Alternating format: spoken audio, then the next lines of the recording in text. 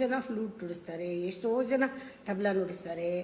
ಕೆಲವರು ಮಾತ್ರ ಅದರಲ್ಲಿ ಎಕ್ಸೇಲ್ ಆಗಿಬಿಡ್ತಾರೆ. ಆ ಥರ ಕಾಂಪೀಟ್ ಮಾಡೋಕ್ಕೆ ಆಗೋದೇ ಇಲ್ಲ, ಆ ಲೆವೆಲ್ಗೆ ಹೊಟ್ಟೋಗ್ತಾರೆ. ಅವ್ರದ್ದೊಂದೇ ಹೆಸರು ಭೀಮಸೇನ್ ಜೋಶಿ ಅಂದರೆ ಅವರೇನೆ, ಗಂಗೂಬಾಯಿ ಹಾನ್ಗಲ್ ಅಂದರೆ ಅವರೇನೆ. ಆ ಧ್ವನಿ ಬೇರೆ ಕಡೆ ಕೇಳೋಕ್ಕೆ ಸಾಧ್ಯನೇ ಇಲ್ಲ. ಅಂದರೆ ಕೆಲವು ಪೊಯಿಟ್ಸು ಅಷ್ಟೇ, ಕೆಲವು ಪೇಂಟರ್ಸ್ ಅಷ್ಟೇ, ಸ್ಕಲ್ಪ್ಚರ್ ಅಷ್ಟೇ, ಮ್ಯೂಸಿಷಿಯನ್ಸು ಅವರು ಏನು ಮಾಡ್ತಾರೆ, ಇಡೀ ಯೂನಿವರ್ಸ್ನ ಅಬ್ಸಾರ್ಬ್ ಮಾಡ್ಕೊಂಡ್ಬಿಡ್ತಾರೆ ತಮ್ಮಲ್ಲಿ. ಅದೊಂಥರ ಮೆಡಿಟೇಟಿವ್ ಸ್ಟೇಟು. ಡಾನ್ಸರ್ಸು ಈ deep receptivity, they absorb the whole universe and then they pour their imagination into it.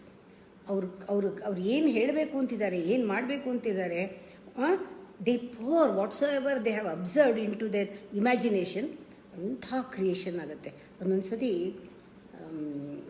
ಅವರು ಹಾಡ್ತಾ ಇದ್ದರೆ ನಾವೇ ಅಲ್ಲಿರಲ್ಲ, ನಾವೇ ಮರ್ತು ಬಿಡ್ತೀವಿ ನಮ್ಮನ್ನು. ಆ ಥರ ಟ್ರಾನ್ಸ್ ಕರ್ಕೊಂಡು ಹೊರಟೋಗ್ತಾರೆ. ಇದೆಲ್ಲನೂ ಸಾಮಾನ್ಯವಾಗಿ ಎಲ್ಲರೂ ತುಂಬ ರೇರ್. ಇದು ಒಂದು ಡಿವೈನ್ ಕ್ವಾಲಿಟಿ.